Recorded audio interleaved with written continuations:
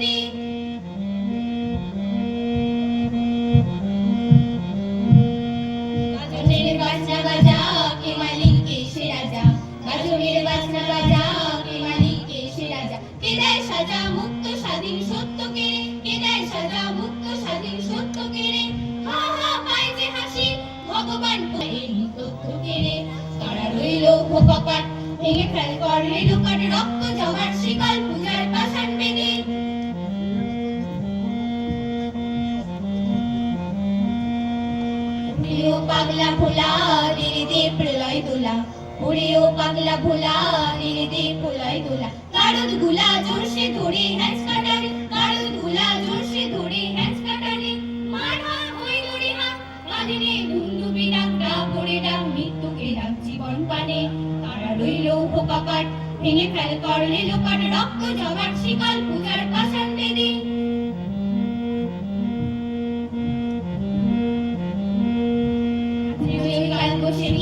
কাটা বিকাল বসে কি নাচে ওই কাল বসে কি, কাটা বিকাল বসে কি। দেরে দেখি ভিক্ষার আর ওই ভিত্তি নারী, দেরে দেখি ভিক্ষার আর ওই ভিত্তি নারী।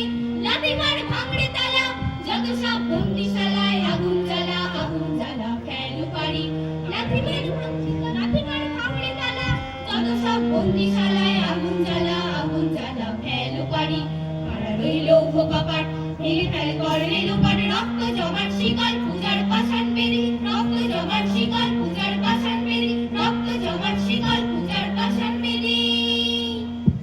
নিজের দেশের সম্মানের জন্য লড়াই করা শত শত সোনার ছেলেকে যখন নির্মমভাবে ফাঁসির যুগকাষ্ঠে হত্যা করে ব্রিটিশ সরকার, তখন মাস্টারদা সূর্য সেন, ক্ষুদিরাম, ভগৎ সিং, বিনয় বাদল দীনেশ, প্রফুল্ল চাকির মতো এমনই অসংখ্য বীর সন্তানরা হাসি মুখে জীবন বিসর্জন দিয়ে রচনা করে বীরত্বের ইতিবৃত্ত। দেশকে ভালোবেসে মাতৃভূমির স্বাধীনতার স্বপ্নে বিভোর হয়ে কত তাজা প্রাণ যে অকালে বলিদান দিয়েছে নিজেদের, তা চিরকাল লেখা হয়ে থাকবে স্বদেশবাসীর রক্তে। মুক্তির মন্দির সোপানো তলে কত প্রাণ হলো বলিদান, লেখা আছে অশ্রু জলে। মুক্তির মন্দির সোপানো তলে কত প্রাণ হলো বলিদান, লেখা আছে অশ্রু জলে। কত বিপ্লবী বন্ধুর রক্তে রাঙা বন্দিশালার ওই শিকল ভাঙা, কত বিপ্লবী বন্ধুর রক্তে রাঙা বন্দিশালার ওই শিকল ভাঙা। তারা কি ফিরবে আজ, তারা কি ফিরবে আজ সুপ্রভাতে, যত তরুণ অরুণ গেছে অস্তাচলে। মুক্তির মন্দির সোপানো তলে কত প্রাণ হলো বলিদান, লেখা আছে অশ্রু জলে মুক্তির মন্দির সোপানো তলে, কত প্রাণ হলো বলিদান, লেখা আছে অশ্রু জলে, লেখা আছে অশ্রু জলে, লেখা আছে অশ্রু জলে। নির্মম অত্যাচারেও ভারতীয়দের দমন করা সম্ভব হলো না। প্রায় প্রতিদিনই প্রত্যাঘাতের নব নব চাপে ব্রিটিশ সরকারও নতুন পরিকল্পনা করলে ডিভাইড অ্যান্ড রুল। ভারতীয়দের ধর্ম চেতনাকে অবলম্বন করে হিন্দু মুসলমান এই দুই সম্প্রদায়ের মধ্যে সাম্প্রদায়িকতার এক বিষাক্ত বীজ বপন করলেন।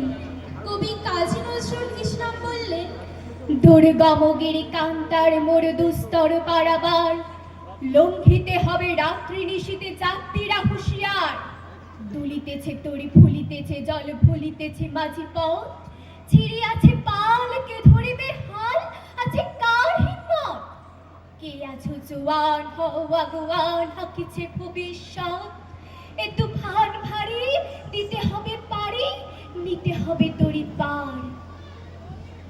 কান্ডারি তব সম্মুখে ওই পলাশির প্রান্ত, বাঙালির খুনে লাল হলো যেতা ক্লাইভের খঞ্জর, ওই গঙ্গায় ডুবিয়াছে হার ভারতের দিবাকর, অধিবেশে রবি আমাদের খুনে রাঙিয়া পুনর্বার, ফাঁসির মঞ্চে গেয়ে গেল যারা জীবনের জয়গান, আসি অলক্ষে দাঁড়াইছে তারা দিবে কোন বলিদান।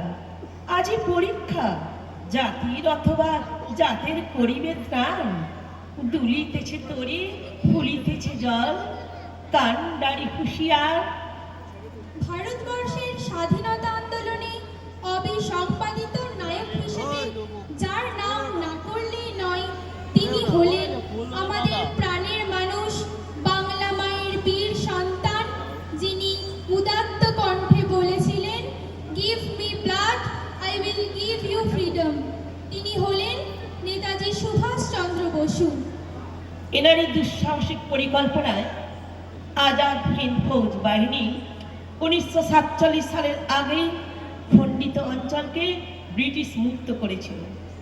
সমগ্র ভারতের অসংখ্য মানুষের স্বতঃস্ফূর্ত অংশগ্রহণে আমরা আমাদের চেতনায় আমাদের আবেগে আপ্লুত কণ্ঠে গেয়ে উঠি সেই গান। বলো বলো বলো সবে, শতবিনা বেনুরবে, ভারত আমার জগৎ সভায় শ্রেষ্ঠ আসন লবে, বলো বলো বলো সবে, শতবিনা বেনুরবে, ভারত আমার জগৎ সভায় শ্রেষ্ঠ আসন লবে, ধর্মে মহান হবে, কর্মে মহান হবে, নবদিন মুনি উদিবে আবার, পুরাতন পুরবে, বলো বলো বলো সবে, শতবিনা বেনুরবে, ভারত আবার জগৎ সভায় শ্রেষ্ঠ আসন লবে।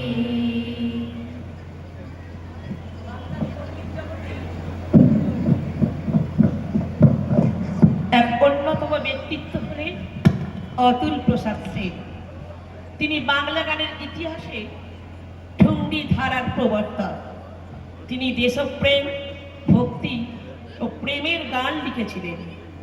তার লেখা একটি অন্যতম পরিচিত দেশাত্মবোধক গান, যা ব্রিটিশ শাসনে জর্জরিত তৎকালীন ভারতের দুঃখ, দুর্দশা ও লজ্জা দূর করে নবজাগরণের আহ্বান জানিয়েছিল, তা বিশেষ তাৎপর্যপূর্ণ।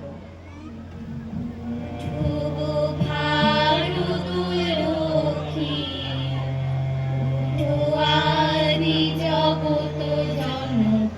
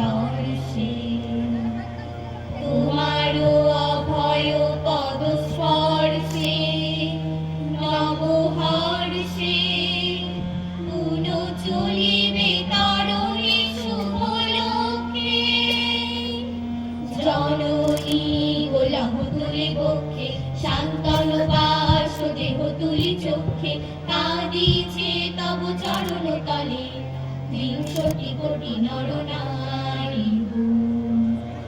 ভারত শ্মশান করো পূর্ণ কোকিল পূজিত কুঞ্জে দেশ হিংসা করি চূর্ণ করো পূরিত প্রেম নিকুঞ্জে দূরিত করে পাপ কুঞ্জে তব তুঞ্জে পুন বিমল করো ভারত পুণ্যে জননী গোলাপ তুলে বক্ষে শান্তন বাস দেহ তুলে চক্ষে কাঁদিছে তব চরণ তলে 63 কোটি নরনারী